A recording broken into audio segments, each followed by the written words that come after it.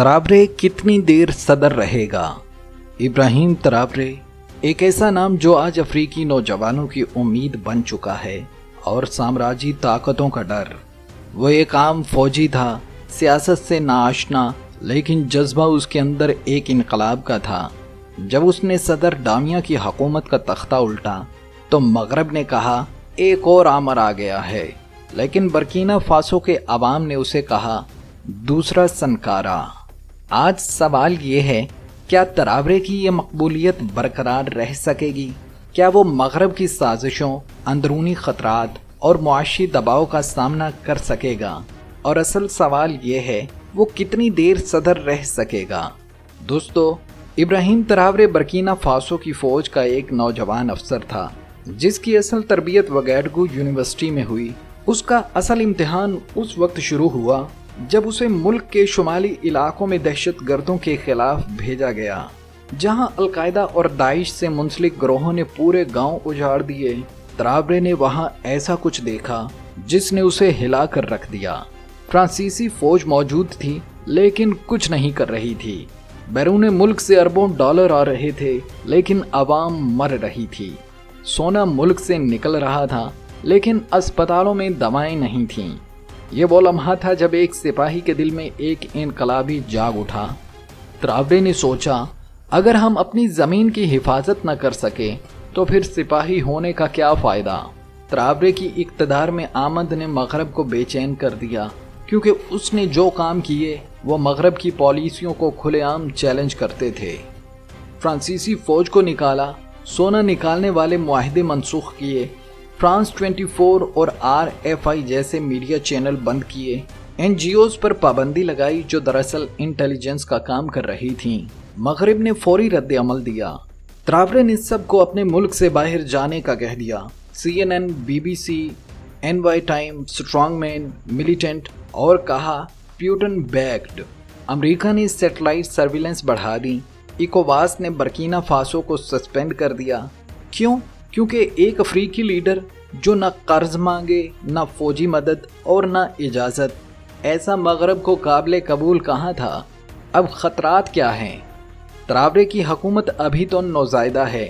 उसके इर्द गिर्द कुछ ऐसे जर्नैल भी हैं जिनके ताल्लुकात फ्रांस से रहे हैं। अगर वो साजिश करें तो अंदरूनी बगावत मुमकिन है। सियासत में भी पुरानी जमातें जैसे CDP, जिनका फ़ायदा मगरब से जुड़ा हुआ है, तराबरे के खिलाफ महाज बना सकती हैं। मीडिया पर पाबंदियों के खिलाफ आवाज़ उठाकर उसे आमर साबित करने की कोशिश की जा सकती है। अमेरिका और फ्रांस जैसे ममालिक अफ्रीका में अपने असर रसूख को आसानी से नहीं छोड़ेंगे। वो सफारती दबाव, इक्तसादी पाबंदियाँ, हत्ता के खुफिया बगावतों का भी सहारा ले सकते हैं। याद रखें, सनकारा को भी ऐसे ही ख़त्म किया गया था, क़ज़ाफ़ी को भी, जब उसने एक आज़ाद अफ्रीकी यूनियन की बात की थी। दोस्तों, कौन सी चीज़ें तराबरे को मजबूत करती हैं? तराबरे का सबसे बड़ा असासा उसके अवाम हैं। उसकी कॉल पर 50,000 नौजवान रज़ाकार वतन की हिफाजत के लिए मैदान में आए।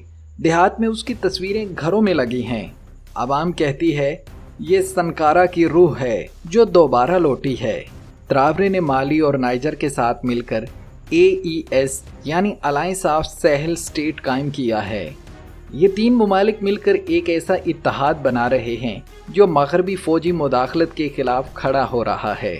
तराबरे कहता है हमें हथियार नहीं, नजरिया चाहिए। वो नौजवानों से कहता है ज़ुबान, ज़मीन और जहन आज़ाद करो, बाकी सब कुछ हो जाएगा। तराबरे कितनी देर सदर रह सकता है? कत्ल या बगावत क्या हो सकती है? अगर मगरब या अंदरूनी मुखालफिन कामयाब हो गए तो तराबरे का अंजाम भी सनकारा जैसा हो सकता है। दिसंबर 2023 में बगावत की कोशिश की गई थी लेकिन नाकाम रही। अगर मईशत बेहतर ना हुई, रोज़गार ना बढ़ा या बदउनवानी का खात्मा ना हुआ तो आवाम की हमायत कम हो सकती है।